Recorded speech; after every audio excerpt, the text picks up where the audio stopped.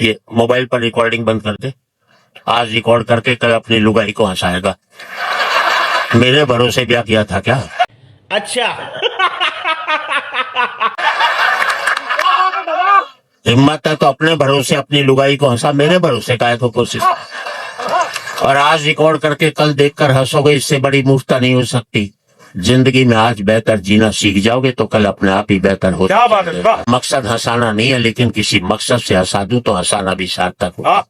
ये कैमरे तेरे 50 फोटो खींच ली, रहने दे। खंडर की कहीं से भी खींच ले, खंडर ही दिखाई देगा।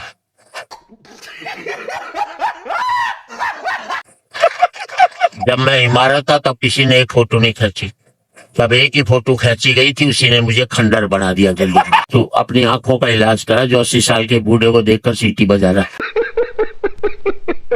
मुझे भी किसी ने कहा तराजू के एक पल्ले में राम हो, दूसरे पल्ले में तुम हो, तो कौन सा पल्ला भारी होगा? मैंने मेरे वाला होगा। बात अच्छी लगे तो आपकी तालियां से। बोले कैसे होगा? मैंने तराजू के एक पल्ले में राम होगा, दूसरे में मैं हूंगा, और मेरे भीतर बैठा हुआ राम भी होगा।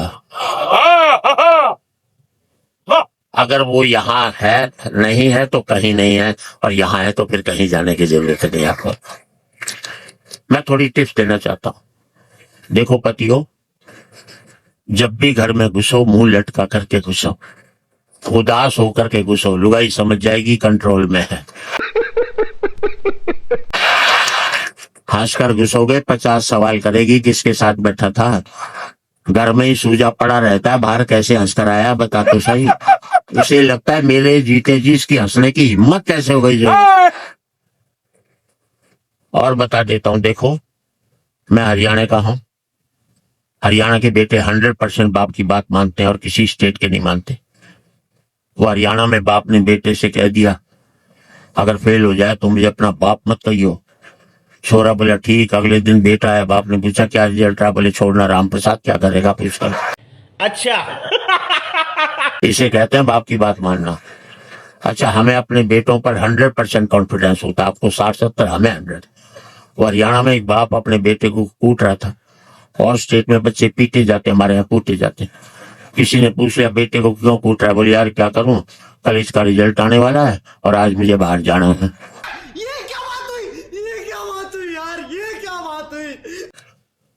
मैं दिल्ली के Shri Ram college of commerce में पढ़ा, बेस्ट कॉलेज कॉमर्स का मैडम।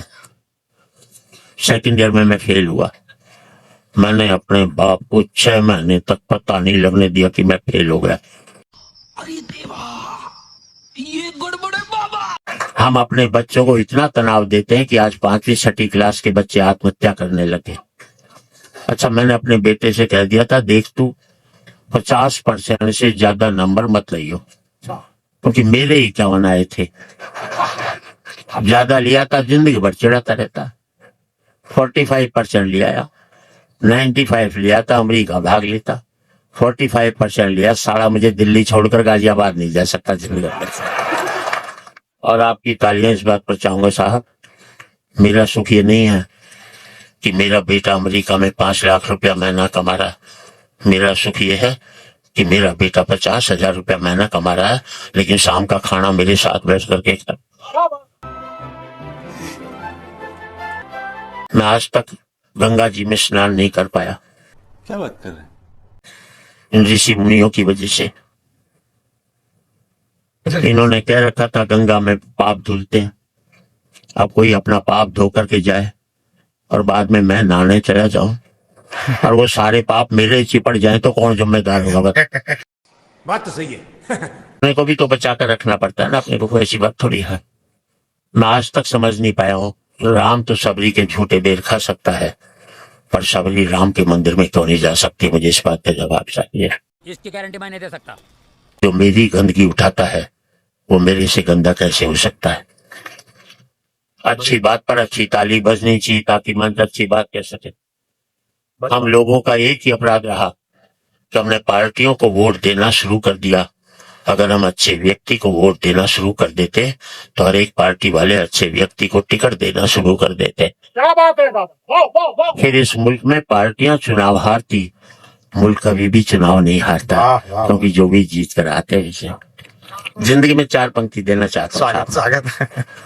जिंदगी में किसी गरीब का मजाक मत उड़ाना। क्या बात है, क्या बात। ईश्वर ने जिसको दिया सब महत्वपूर्ण है। अमेरिका जाइए, सारे भारतीय दुखी मिलेंगे, सबके पास पैसा है। कोई आकर ये नहीं कहता सेठ बड़ा भूखा, मुझे रोटी खिला दे।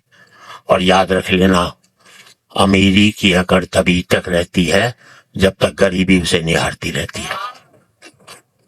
निहारना बंद कर देगी तो अकड़ भी खत्म हो जाएगी। नदी ने अकड़ते हुए कुएं से कहा, तेरी क्या औकात है, तुझे पता है? कहा नदी और कहा कुआं।